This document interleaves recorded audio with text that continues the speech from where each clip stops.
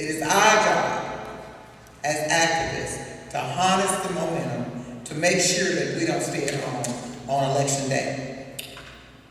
One, we need poll monitoring on election day. You heard Mike talk about what the other party is going to do. We need to volunteer to make sure that when people challenge our folks about that doesn't look like you, so we got somebody there to say, it does look like them, I encourage you, vote. We need to educate friends and family about changes in the election laws and procedures. We heard a lot of great resources tonight. You now know what to tell them. We need to help to secure a photo ID for those who lack a government-issued ID. We need to do that through our churches, our Greek organization, our civic clubs, through every possible means. And last, we need to take people to the polls. We need to make sure that we don't set this one out like we did for 2010. Thank you. I can't really add to that. The only thing I would say is, it was mentioned we should say, why is this so important? Think back to the 2000 election. Few votes in the other direction so that we could overcome what ultimately became a stolen election. Think of the difference our country, think of the difference in our country. Think of what happened after that. Think about 2004, where most people think that the only reason that the Democratic ticket did not win, that Kerry did not become president, that Bush's term did not end early is because of voter suppression in Ohio, where many people in predominantly Democratic neighborhoods had to wait 3, 4, 5 hours in the cold to vote, many of whom were turned away. And in Florida, where people were purged from the system. So, I mean, you just have to look back at our country's recent history, think of what we endured during the 8 years of the Bush administration, and understand that all of that could have been reversed with a few more votes. And so that just, I think, demonstrates just how important this is and why the people that are trying to repress voting, the people that are trying to stop people from voting, as Chair Lady Gilmore, and thank you, Chair Lady Gilmore, for giving me the opportunity to serve on this panel. As she just said, in Florida, there's an obvious reason why people are trying to suppress the vote, and that's to prevent President Obama from being reelected. I mean, let's just say it. It's a deliberate effort to keep the people of the United States who are supposed to be running this country from doing so. So obviously I can't, as far as what we need to do, I think we just heard completely and comprehensively what that is. I'll just add, let's think about how important that is. And of course, most of you here already are part of that. Most of you, all of you, from that I know, are leaders already in various communities. I think we need to spread the gospel. We need to remind people how critical this is. We need to make people understand the time is now. People are trying to take over our country that are not looking out for the best interest of our children, of our grandchildren. We need to stop it. We need to stop it now. Thank you. Thank you, and it has been my delight to serve on this panel on tonight. I think we have heard over and over tonight that contrary to our opponents' claims, these laws do nothing to protect democracy or to stop the politically manufactured crises around this whole voter fraud issue.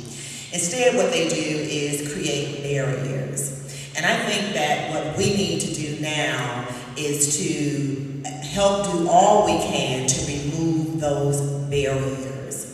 Sweet Love has outlined for us most of what I was going to say, but as a pastor of a church, one of the things, especially in terms of the Interdenominational Ministers Fellowship that we're doing, is opening our churches for forums like this for education. One of the ways to remove those barriers is to educate our congregation and to make sure that they have what they need. And so the other thing that we're doing is, and that we've already done, is to host voter registration Sundays at the church. Everything doesn't have to be about a 20-minute sermon. So the sermon is 5 minutes, and the rest of it is let's register folk to vote. I was surprised. I had a van, and I'm not quite sure, but where they took my directory roll and helped me to see who in the church was actually registered and who was not. And like Clifford said, you would be surprised at the people who are not registered to vote, but are too embarrassed to say that they're not registered, who will say that they voted and they have not.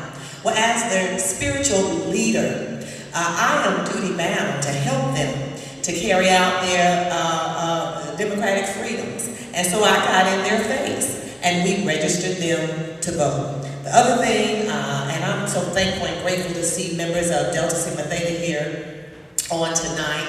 Our sorority was born during helping women get the right to vote. These voter suppression laws, one of the people that are being suppressed are women. So as we take 5 people with us, let's make sure that we're taking, let's take some 5 young girls with us. Some 18-year-olds, Soror President, I think is what we can do, because then we train them up, and then we ask them to take 5 people. And I think that that's another thing that we can do. And then, of course, continuing to hold voter education forums like this, I think are key and important. Yeah.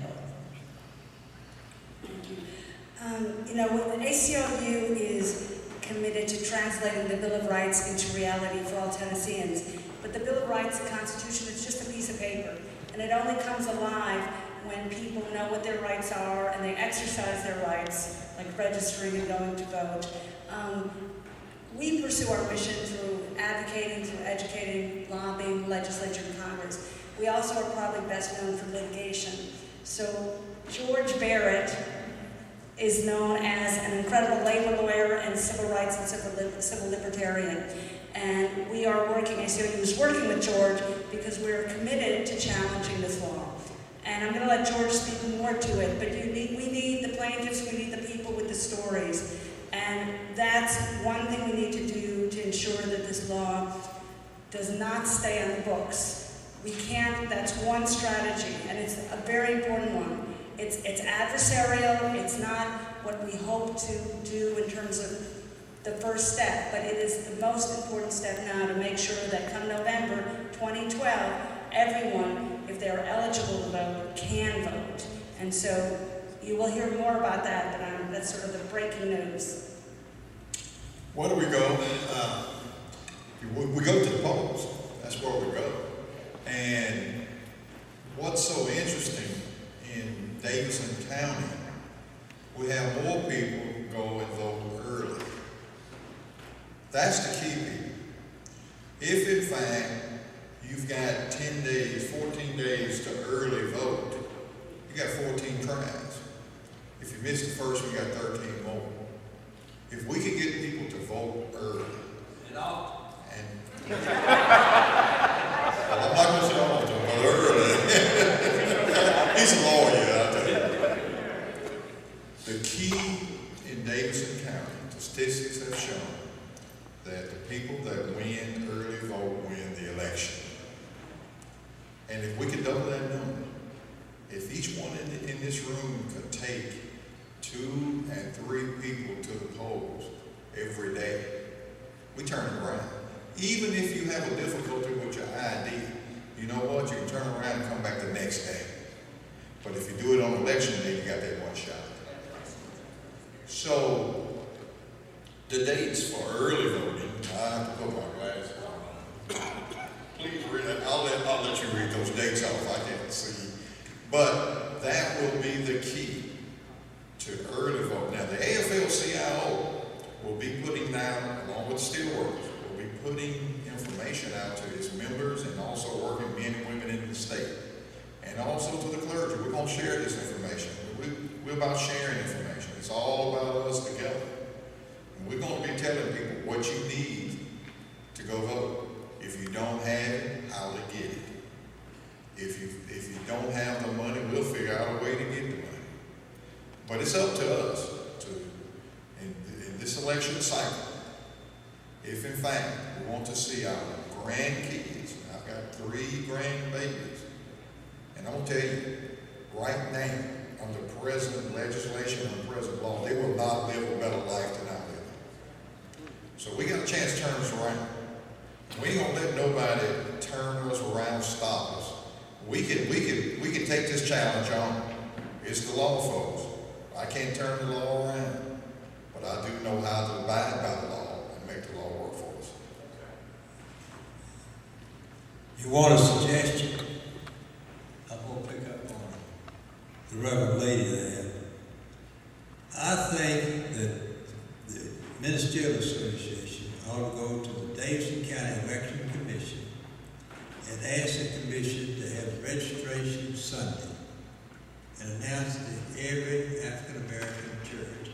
And take those people from your church who are not registered to vote, roll them up in your cars and take them down and register. That's my solution to get it started. And I don't know why we can register people on Sunday. If the election commission wants to, they can open it up down the Howard Hawkins building. And that's my solution. That's not a suggestion, not my solution. I'm also like Hetty, I'm looking for some plaintiffs to challenge voter ID card.